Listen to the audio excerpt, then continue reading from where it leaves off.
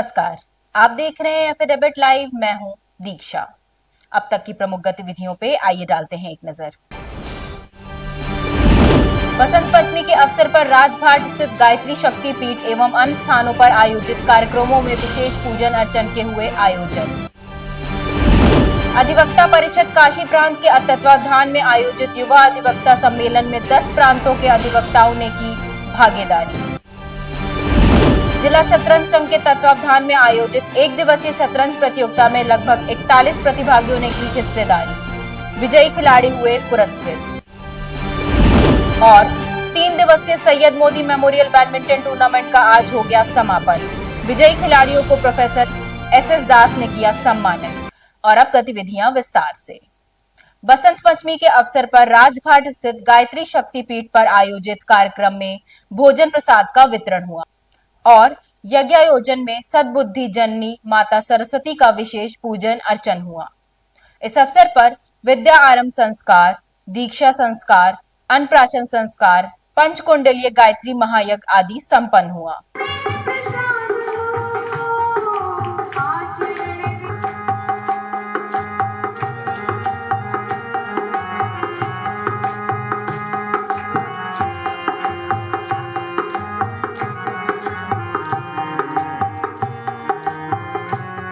इस अवसर पर सक्रिय प्रतिभाग करने वाले श्री अशोक तिवारी जी ने कहा कि हम बदलेंगे, देश बदलेगा और अखंड ज्योति का ज्ञान रथ को जन जन तक पहुंचाने का संकल्प लिया।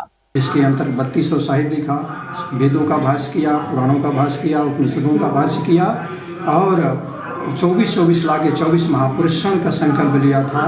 केवल चौल की रोटी और छाछ खा करके और स्वतंत्रता संग्राम सेनानियों में भाग लेने से जो 24 साल की अवस्था 27 साल तक बढ़ गई थी, उन्होंने पूर्ण रूप से संकल्पित होकर समाज के निर्माण के लिए कटिबद्ध हुए और हम लोगों को जोड़ा एक एक करके शिष्य के रूप में और बेटे बेटी के रूप में कि उनके कार्यों को हम लोग आगे बढ़ाएंगे। उसी कार्य को मनाने के लिए हम बसंत पर विशेष करके संगठित होते हैं। इस दिन जो भी संकल्प लिया जाता है ऐसा माना जाता है कि वो गुरुदेव पूरा करते हैं। उसी संकल्प को लेकर के हम लोग आगे बढ़ने का कार्य गायत्री परिवार कर रहा है। इसी क्रम में अखिल भारतीय विद्वत महासभा द्वारा आयोजित कार्यक्रम में व्रत पर्व सूची पत्र का लोकार्पण किया गया। इस अवसर पर पूर्व महापौर सत्या पांडे ने दीप जलाकर कार्यक्रम का शुभारंभ किया। उन्होंने इस अवसर पर आत्मनिर्भर और स्वावलंबन बनाने के लिए एक बालिका को सिलाई मशीन भेंट किया।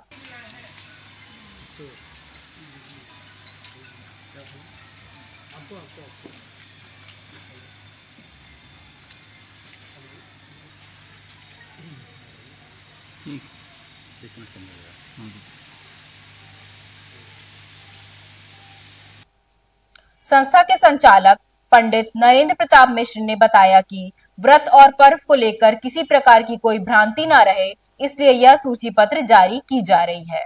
जैसे हमारा ये संस्था अखिल भारतीय विद्वत महासभा है, वो हमारे पिताजी द्वारा जो है बनाई गई है संस्था, और इस पे हम लोग व्रत पर्व जो मतभेद होते हैं विद्वानों के बीच में उसका निर्णय लेते हैं। उसको निर्णित करके जो है हम लोग सही ढंग से उसका विचार विमर्श करके कि कोई भी त्यौहार जो है 2 दिन ना पड़े, सब एक दिन हो। तो ये हमारी संस्था 1973 से चली आ रही है। इसका मुख्य उद्देश्य है कि जो गरीब बच्चे हैं जिनका जनेऊ वगैरह नहीं हो पाता, विवाह नहीं हो पाता है, उन लोगों का हम लोग जो है प्रयास करते हैं कि अपनी संस्था द्वारा सब लोग योगदान करके उनका विवाह वगैरह कराया जाए और ये सारा पुनीत कार्य होता है। अधिवक्ता परिषद काशी प्रांत के तत्वावधान में आयोजित युवा अधिवक्ता सम्मेलन में 10 प्रांतों के अधिवक्ताओं ने भागीदारी की। इस अवसर पर काशी प्रांत के संरक्षक गौरी शंकर पांडे ने युवा अधिवक्ताओं के सम्मेलन के विषय में चर्चा करते हुए कहा कि अभी संगठन को और अधिक विस्तारित किया जाना है। उन्होंने अधिवक्ताओं का परिचय कराया। अगर विस्तार से इस विषय को रखा जाए तो काफी समय लग जाएगा और उस मनीषी के विचार हम नहीं सुन पाएंगे जो गाजियाबाद से अपना अमूल्य समय दे करके आए हुए हैं। इस नाते संक्षेप में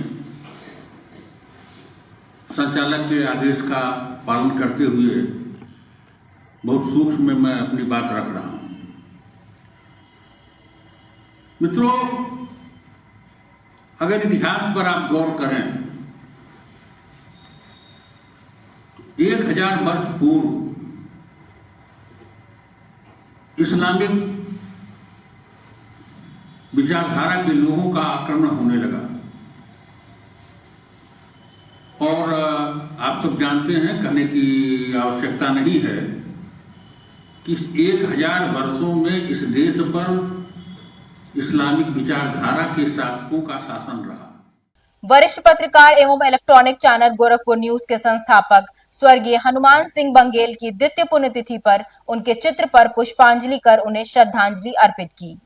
इस अवसर पर महापौर डॉक्टर मंगलेश श्रीवास्तव एवं सपा के पूर्व जिला अध्यक्ष नगीना साहनी ने अपने संस्मरणों को प्रस्तुत करते हुए कहा कि हनुमान सिंह बंगेल ने जीवन में विशेषकर सामाजिक मुद्दों पर बढ़ चढ़कर हिस्सेदारी की है। भूमिका पूर्वांचल में अदा किए थे और उस समय जब लोकल चैनल की भरमार थी गोरखपुर में, हम लोग भी इस लोकल चैनल क्राइम सस्पेंस एक चैनल चला रहे थे और जब सरकार ने लोकल चैनल को बंद कर दिया था, उस समय भी चूंकि उनके अंदर एक जज्बा था समाज सेवा का, लोगों को न्याय दिलाने का, तो उन्होंने लगातार कोर्ट में लड़ाई लड़ा और कोर्ट में लड़ करके उन्होंने लोकल चैनल को बहाल कराया। और मुझे लगता है कि आज के समय में लोकल चैनल के रूप में गोरखपुर न्यूज चैनल और सिटी चैनल, मुझे लगता है कि दो लोकल चैनलों को आज मान्यता प्राप्त है। जिस तरह से वो संवेदनशील थे, मैं समझता हूँ कि जो है वो हम सब के लिए सीखने का माध्यम है। उनका एकदम एकाएक चले जाना हम सबके लिए बड़ा कष्टकारी था। द्वितीय पुण्यतिथि मना रहे हैं, ऐसे सदात्मा के बताए रास्ते पर उनका जिस तरह से कार्य करने की शैली थी और लोगों से तो इंटरेक्शन का माध्यम भी था। इस अवसर पर कई वरिष्ठ पत्रकारों, समाज सेवियों, व्यापारियों तथा उनके शुभचिंतकों ने अपनी श्रद्धांजलि अर्पित की।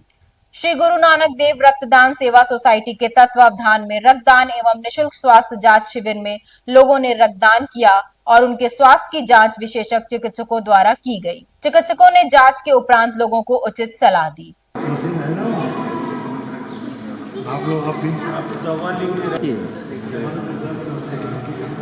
शिविर के आयोजक सरदार जसपाल सिंह ने बताया कि उनकी संस्था द्वारा समय समय पर इस प्रकार के सामाजिक आयोजन निरंतर किए जा रहे हैं। गोरक्षनाथ ब्लड बैंक के सहयोग से एक रक्तदान शिविर आयोजित है, जिसमें सुबह से रक्तदान शिविर चल रहा है, लोग रक्तदान कर रहे हैं।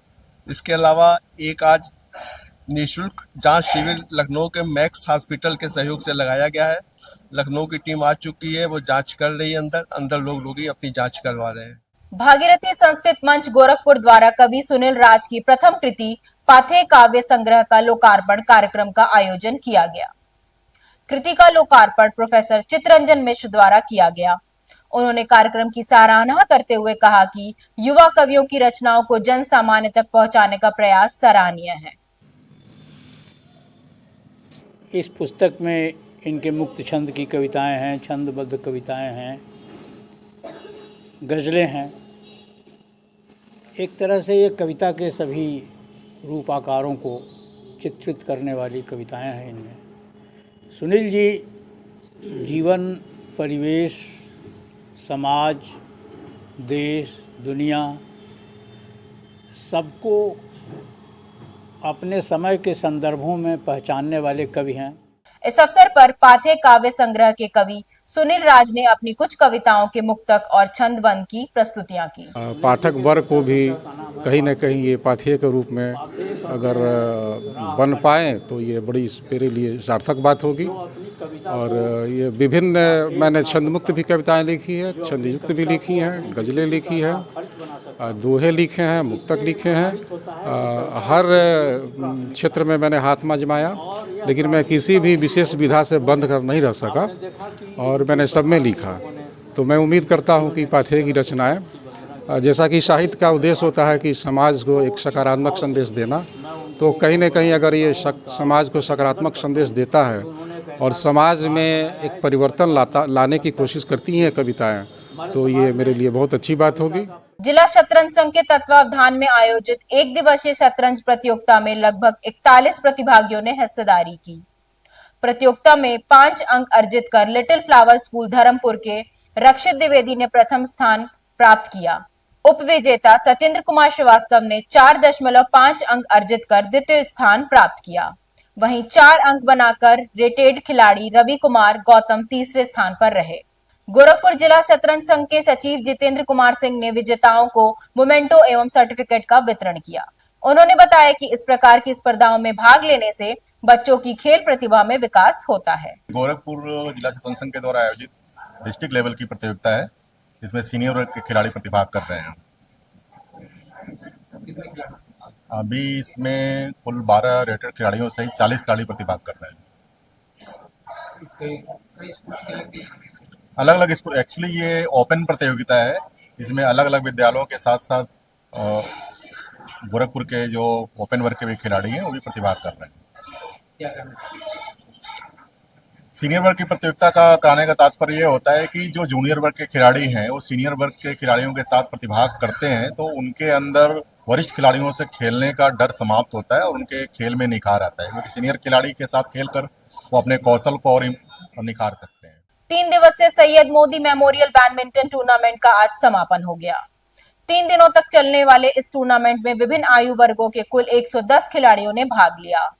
समापन अवसर पर मुख्य अतिथि प्रोफेसर शिव शरण दास ने विजयी खिलाड़ियों को पुरस्कृत किया। विजयी खिलाड़ियों को हम लोग यही मैसेज देना चाहेंगे कि जिस प्रकार से सैयद मोदी ने एक छोटे लेवल से और ऊंचा लेवल नेशनल इंटरनेशनल लेवल पे अपना नाम बनाया, उसी तरह से वे भी उसी लगन से उसी निष्ठा के साथ जो भी गेम सेलेक्ट करते हैं, खासतौर से जैसे आज इस समय बैडमिंटन खेल रहे बच्चे, तो बैडमिंटन के क्षेत्र में अगर वो पूरी लगन और निष्ठा के साथ खेल को आगे बढ़ाएं तो वो जरूर।